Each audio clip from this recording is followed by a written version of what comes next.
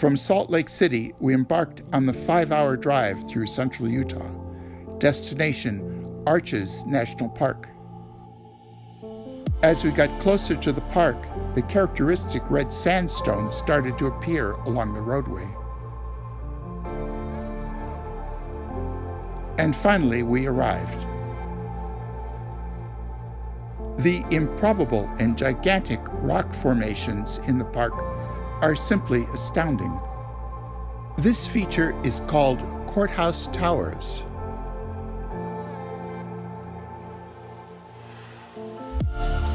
A lot of the megaliths have definite phallic tendencies. This is the aptly named Balanced Rock.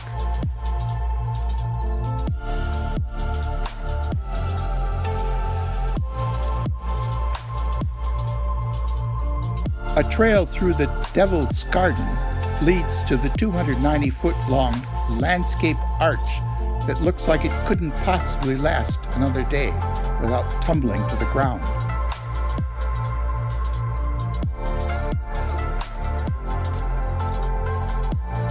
If you use your imagination, you might see an elephant here. The arches form when harder rock lies on top of softer stone, and the softer part is eaten away by chemical processes, as well as wind and weather.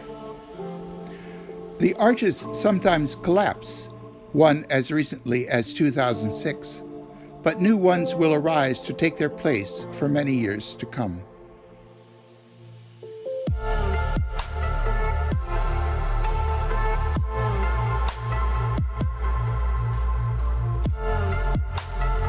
A family of 6 lived in this cabin around 1900. We spotted a couple of deer passing by. The 1.5-mile hike that rose 500 feet up to Delicate Arch was a challenge, but we made it, and it was worth the effort. The view of the sunset from the top was breathtaking.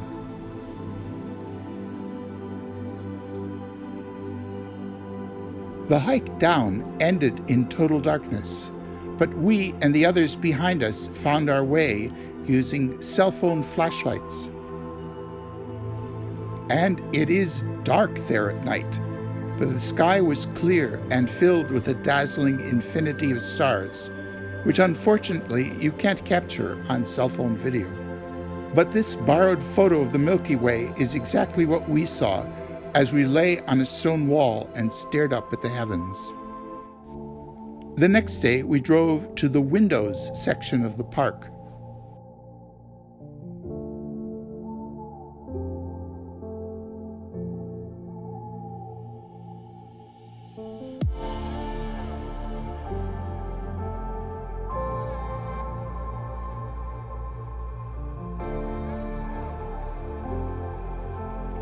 This is me sitting. The short, easy trail takes you to several large and impressive arches.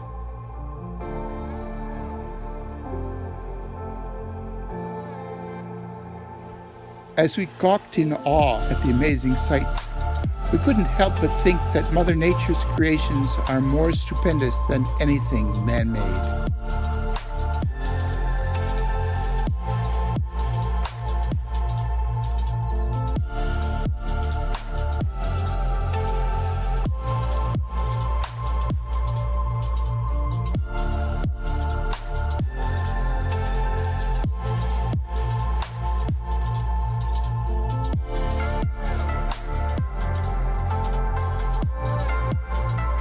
With Arches National Park checked off our bucket list, we can truly say that we were happy to have made the trip. Rain accompanied us as we left Utah. But by the time we crossed into Arizona, it was dry. Thankfully, the weather didn't hamper our trips to the parks. The drive to the Grand Canyon took us through the Navajo Reservation in the northeast region of the state.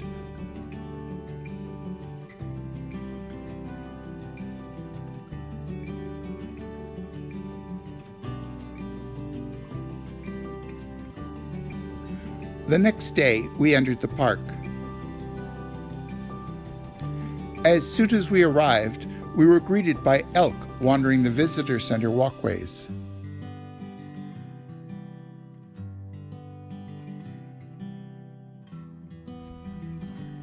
We went to the south rim of the Grand Canyon, and is it ever grand?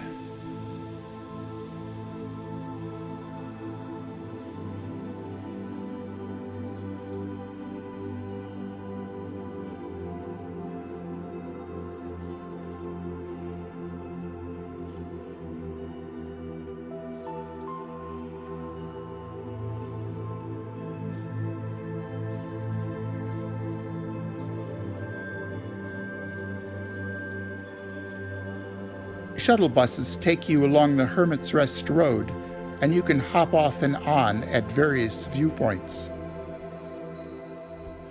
Or you can hike the easy trail that follows the rim of the canyon.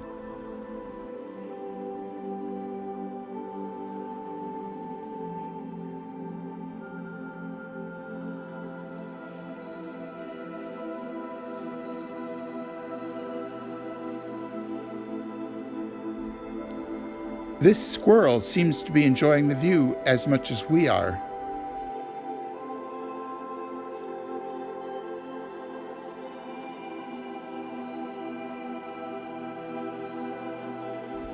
He's ready for his photo shoot.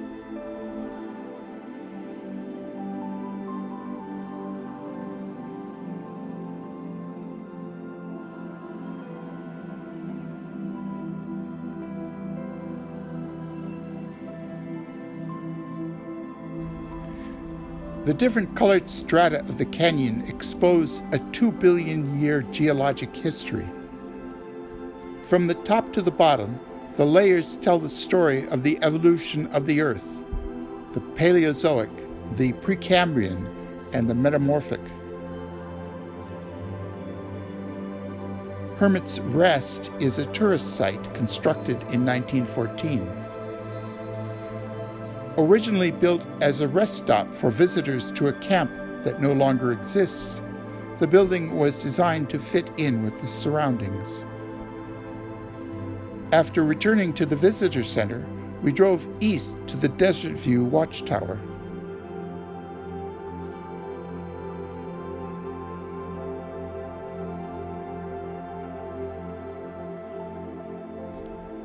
Here, we got a different perspective on the canyon and clearer views of the Colorado River 5,000 feet below.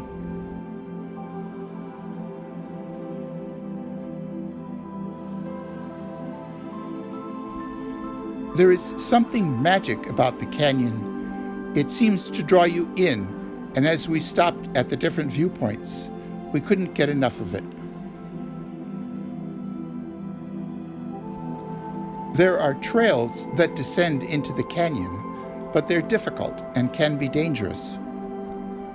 The park issues plenty of instructions and warnings about them, but even so, every year a few people die making the attempt.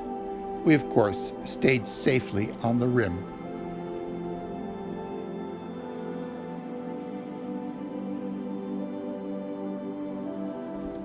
From the Grand Canyon, we headed home.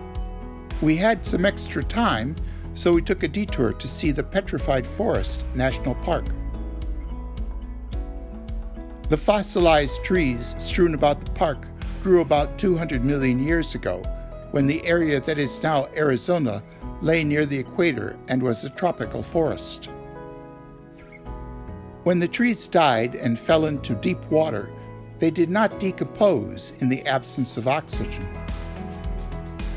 Instead, over time, the organic matter was slowly replaced with minerals that preserved the structure of the wood, turning it into beautiful and colorful stone.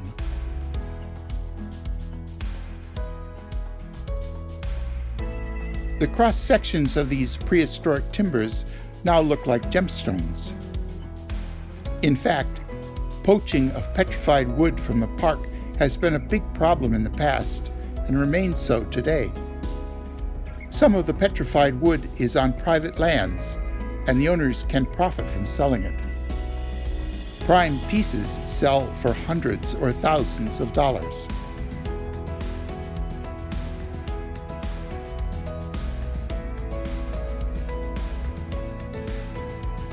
The park is huge, and as you drive through, here and there you can see petrified logs sticking out of the sand.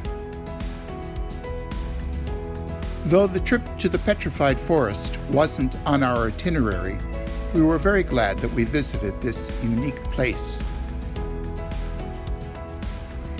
It's not the only petrified forest, though.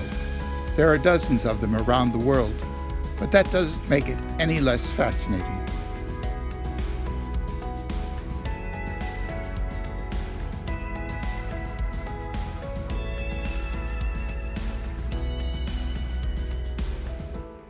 Once we left Arizona, there was rain, lots of it. In Texas, there were more windmills.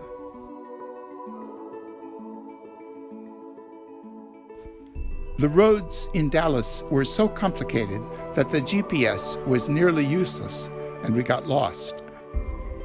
In Louisiana, there was more rain as we crossed the Mississippi River.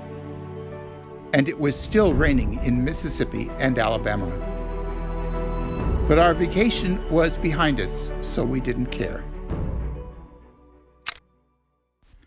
All in all, our trip to the fabulous national parks of the American West was enjoyable and memorable.